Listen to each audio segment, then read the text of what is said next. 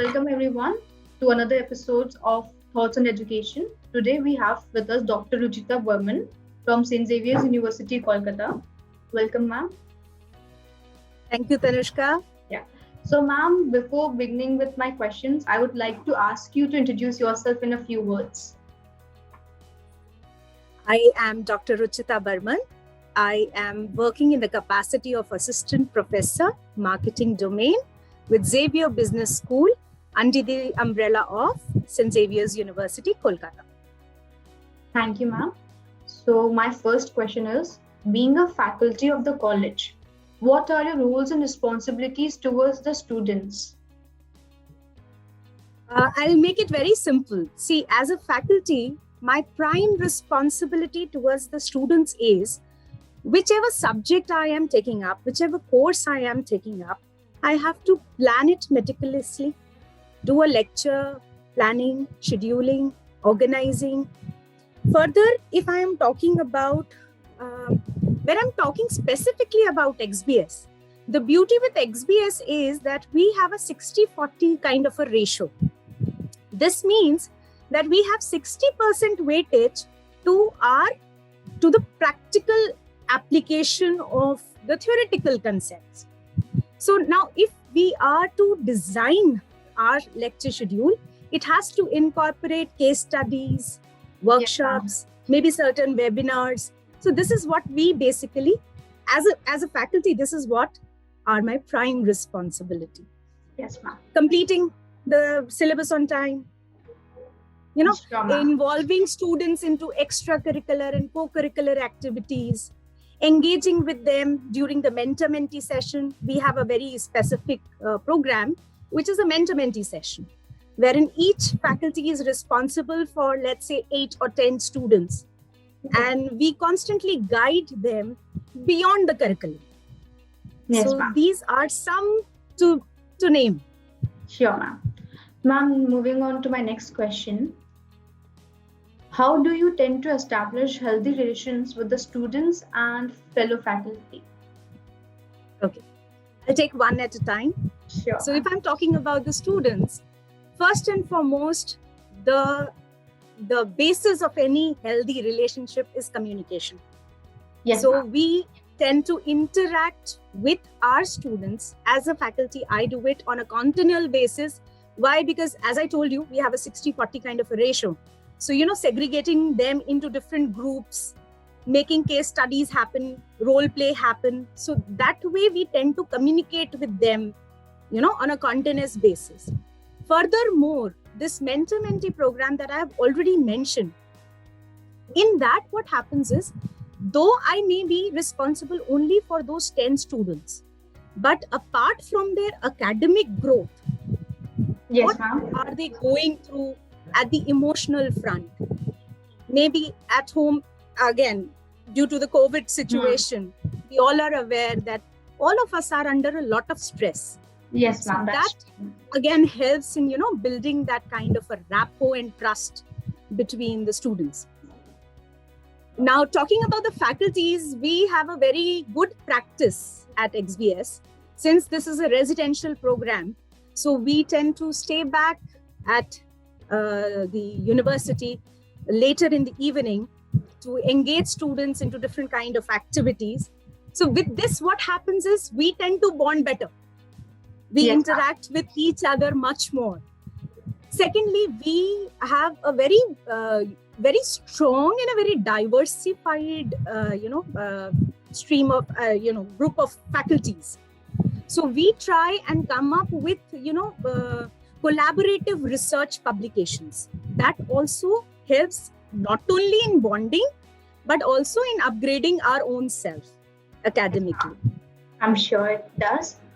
Ma'am, my next question would be, what are the best practices offered by the department to the students which help them gain necessary skills? So going by that, I would like to briefly tell you about something. We are part of the Xaverian family. Yes, ma'am. So now I believe students are aware of the fact that Xavier's as a brand has been present for over two centuries. Yes, ma'am. And we have our roots from St. Xavier's College, Park Street, Kolkata, which is again 160-year-old establishment, right? Yes, So ma'am. we try and inculcate this concept of forming men and women for others. Now, any kind of activity that we plan or schedule, we have this motto of nihil ultra inbuilt into it. Nothing beyond. So now, if I have to name, I'll say that one is we keep our curriculum updated as per the industry standards. So continuous updation helps us to understand that what are the industry requirements and how do we actually bridge any kind of gap that is existing. We have a continuous industry academia interface available. We have speakers who are coming in for guest lectures, webinars, seminars. We have live projects. Further, we have certain value-added courses specifically for students to, build them up, to prepare them to further enhance their quality, so that somewhere or the other they are much more prepared for the placements. Yes, ma'am. That is the focus of any MBA course or curriculum. Yes, So ma'am. for that, we have quantitative skill enhancement programs.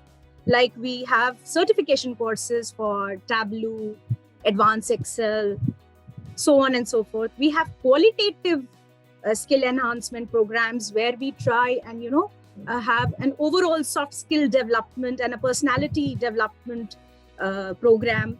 We try and take mock GD and interviews on a one-to-one basis with the students, so that they are much more confident when they are sitting for their final placements. We also have business simulation activities, and the vendor is the one who actually delivers to the likes of IMA. Okay. So we provide that kind of facility to our students so that they're much more, equipped when they are sitting for the placements. Yes, ma'am. So, ma'am, coming to my next question, how does the curriculum of your department ensure the best practice of the industry? I think it's more or less a replica of what I have just now stated. But yes, we try and update our curriculum on a constant basis. We have the system, I guess all of MBA colleges have a board of studies which constantly, monitors and puts in input. So our board of study include industry stalwarts and academicians. So we constantly, ensure that the curriculum is updated, and through this industry academia interface, through these G talks that we have, any kind of preparedness seems to be, done. It is completed.